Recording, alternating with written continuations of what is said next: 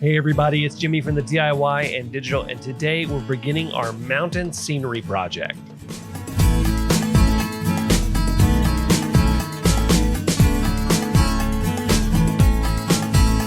Welcome back everybody. First of all, if you haven't already, go ahead and hit that subscribe button, hit that like button, and hit that bell icon so that you don't miss any updates like this video. So I'm doing a little bit of a shift in the channel right now, and we're still gonna have plenty of Arduino tutorials and DIY and all that kind of stuff. But with me building the layout and really getting into the meat of the scenery portion of the layout construction, we're gonna be doing a lot of scenery tutorials and also just showing you really how I build my scenery.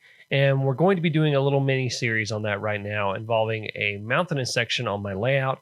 And I'm going to be showing you guys how I build up the scenery on my mountain section. I use some techniques that probably a lot of you have heard of and maybe even used before, but I know that there's a lot of you that may not have seen this ever demonstrated before, or may have tried it and it may have been a little bit too complicated from the way you learned. So most of these techniques that I use are really, really simple, and I can't wait to show you guys. So today we're going to be doing some puffball trees, which is a great, cheap way to cover a mountainside. It's also a little bit messy though. So let's get started.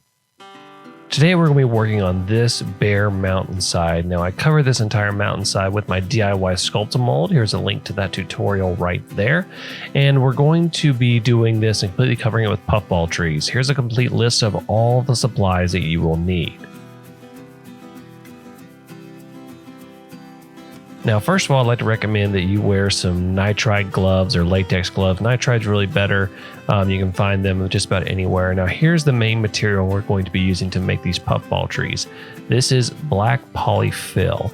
Now, what polyfill is basically the stuff you fill pillows with. Now, most of the time when you buy it from the store, it comes in white, but you usually can find it in black online, and this is more for model makers like us. It's a little bit more expensive, but it definitely makes making these puffball trees a lot easier. And you can see you get quite a lot with this. So I do recommend having some sort of little tray to catch all the different things, because this is a messy tutorial. And what I do is I just pinch off little bitty sections of this and I take it and I roll it. I will say that wearing the nitride gloves makes it a lot easier to roll these little balls of polyfill together. And you just roll them, and I usually will just go through and I will fill up the entire tray. Now this little tray here will hold about, we'll say between 30 and 40 little puff balls, and that's a good amount to work with because this is a very labor intensive, very repetitive process. It yields some of the best results I've ever seen for covering a hillside with deciduous trees. And but it is a very labor intensive, long and messy process.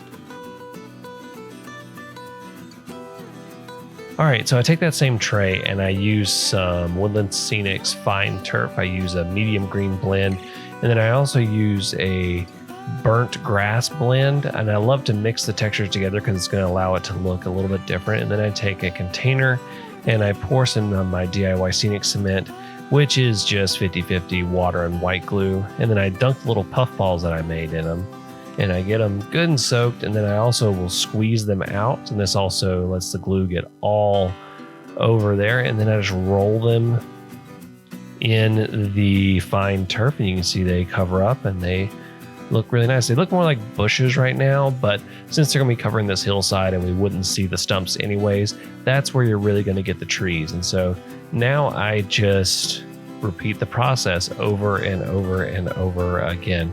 Now remember, when you're making the puffball trees, you're gonna wanna make different sizes. So grab different sized clumps of the puffball trees. So now we're gonna step over to the mountain now that I have completed all of those puffball trees.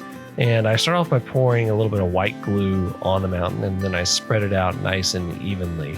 If you have a surface that is gentle enough of a slope, the puffballs may take some of their glue and stick on there, but you never really want to chance that. So I always put glue onto the surface that I'm going to be having puffball trees, especially with how steep this hillside is.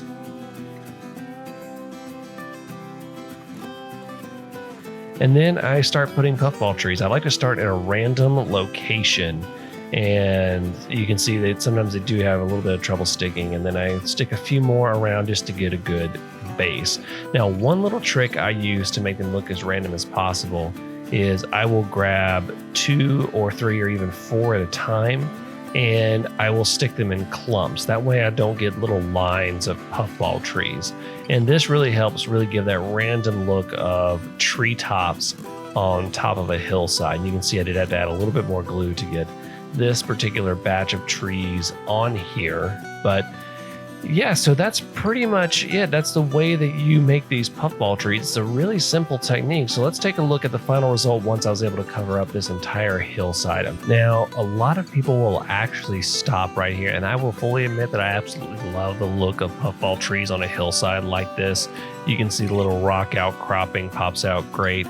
But this is not where we are going to stop with this. Now, not in this tutorial, but in future tutorials in this project, we're really going to be detailing out this hillside as well as the ground around it. So that's it for the puffball tree tutorial.